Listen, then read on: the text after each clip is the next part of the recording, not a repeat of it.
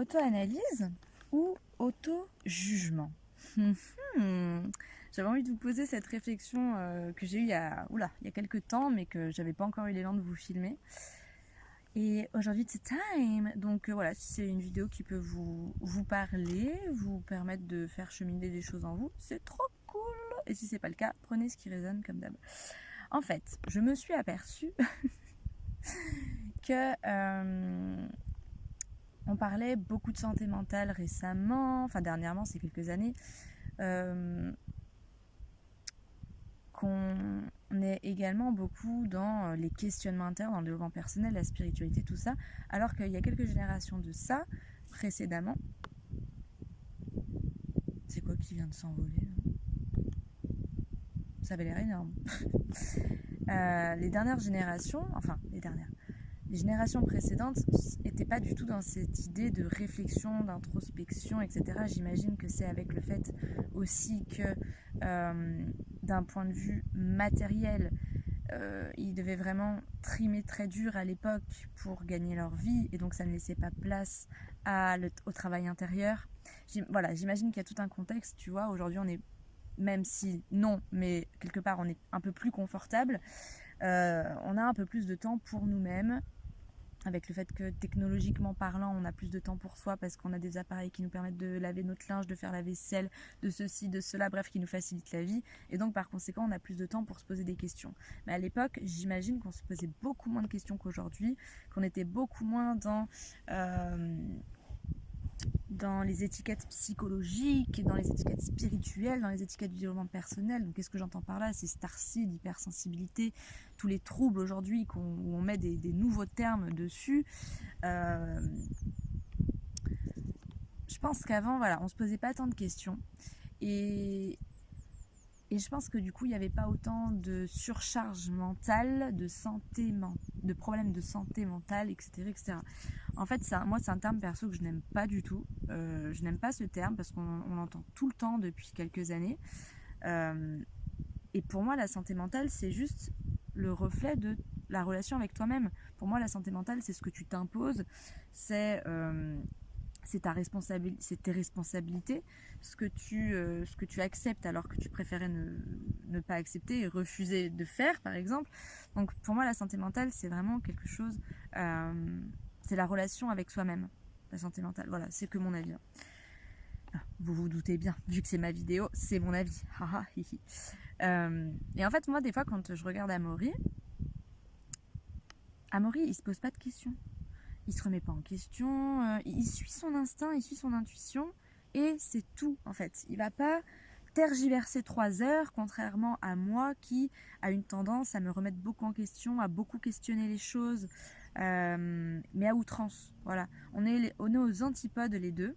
Et en fait, l'autre jour, je me promenais et je n'acceptais pas ce moment.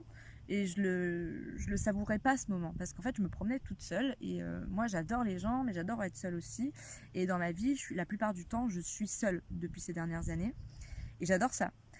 Mais du coup, avec toutes ces étiquettes et ces connaissances que je connais aujourd'hui et qu'on connaît tous, hein, avec le développement personnel, la spiritualité, voilà, le fait de trouver un équilibre dans sa vie, l'introversion, l'extraversion, l'hypersensibilité, bref, tout ci, tout ça, et ben en fait, avec toutes ces connaissances, moi, je suis là en mode, dans ce moment que j'avais pris pour moi, pour me promener toute seule. Enfin, on n'est jamais seul, hein, mais bon, ça c'est autre chose. Et bah du coup, dans ma tête, c'était, mais pourquoi je suis comme ça? Je suis peut-être pas normale, il faudrait que je trouve un équilibre dans ma vie, et nanani, et nanana, et puis vas-y, que je te donne des coups de cravache. Et juste, en fait, je causais ma propre souffrance sur le moment.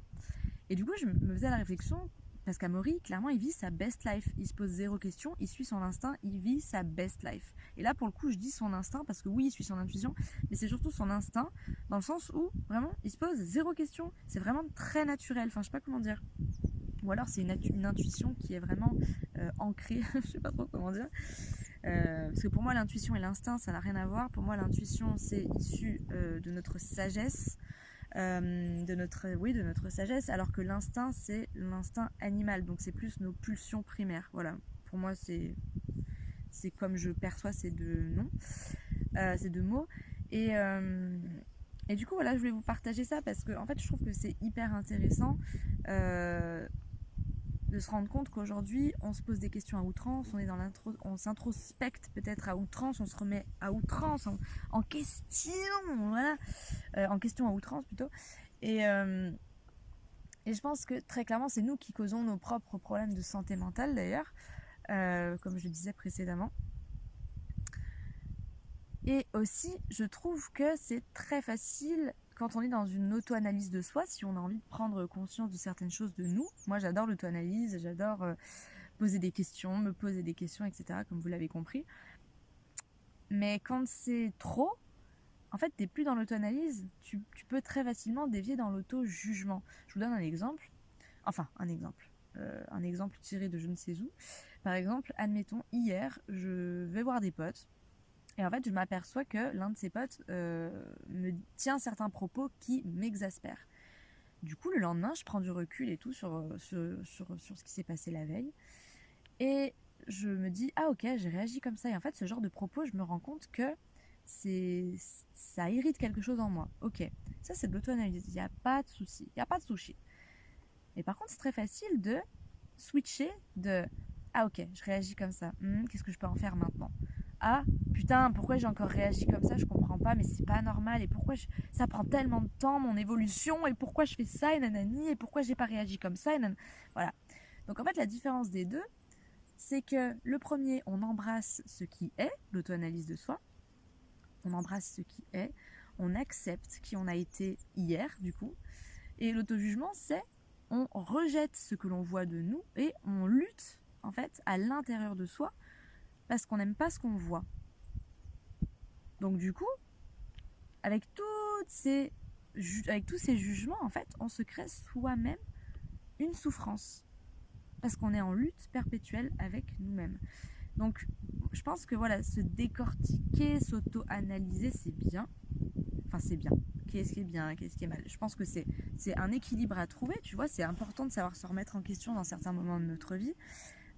Mais je pense sincèrement que l'hygiène intérieure, on l'oublie beaucoup trop souvent.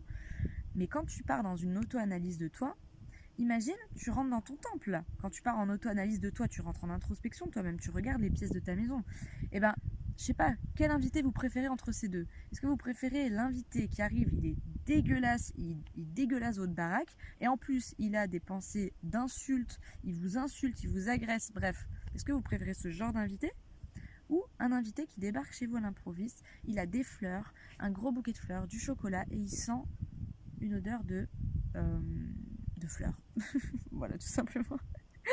Est-ce que vous préférez lequel vous préférez en fait de personnes? Parce que je pense que c'est important et je pense qu'on le dit pas assez. Je pense beaucoup dans cette vidéo que c'est important de venir essuyer ses pieds avant de rentrer dans son temple. Parce que si tu arrives avec le jugement, avec du jugement, et là direct tu pars en conflit en fait avec à l'intérieur de toi-même, tu vois.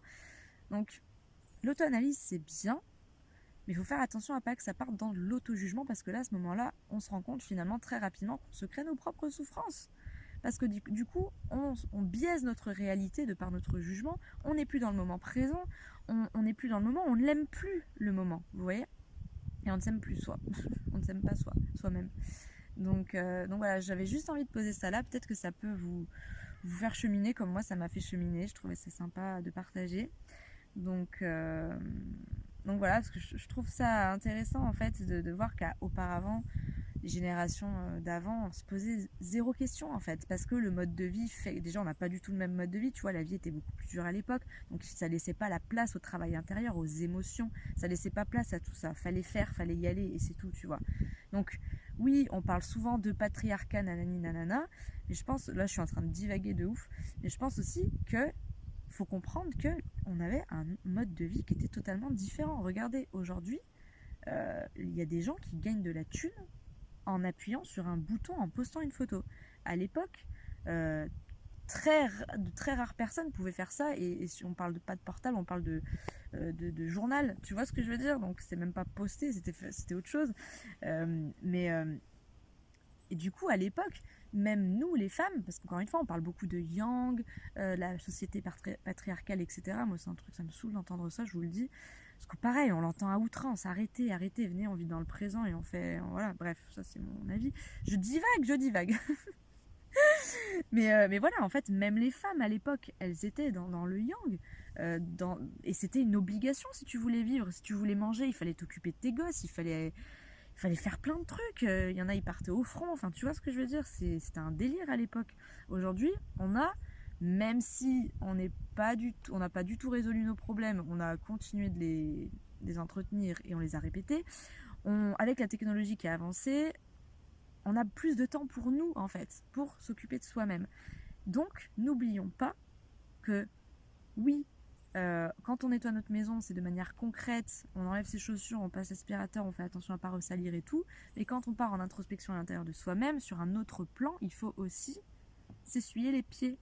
Voilà, c'est pas anodin de se poser des questions, de s'analyser, etc. Il faut s'essuyer les pieds, enfin il faut, on s'entend. Je pense que c'est un primordial de s'essuyer les pieds avant de rentrer dans notre temple pour ne pas le saccager de notre humeur nauséabonde avec nos jugements à tire-larigot et les étiquettes qu'on a appris en regardant Instagram parce qu'on a vu qu'un tel était hypersensible, donc peut-être qu'on l'est et peut-être que on réagit comme ça à cause du fait qu'on est hyper... Bref, vous voyez ce que je veux dire, un dégueulis de pensées, de jugements, d'étiquettes, de machins, de trucs. Encore une fois, vous connaissez pas Amaury, vous l'avez vu peut-être une fois ou deux.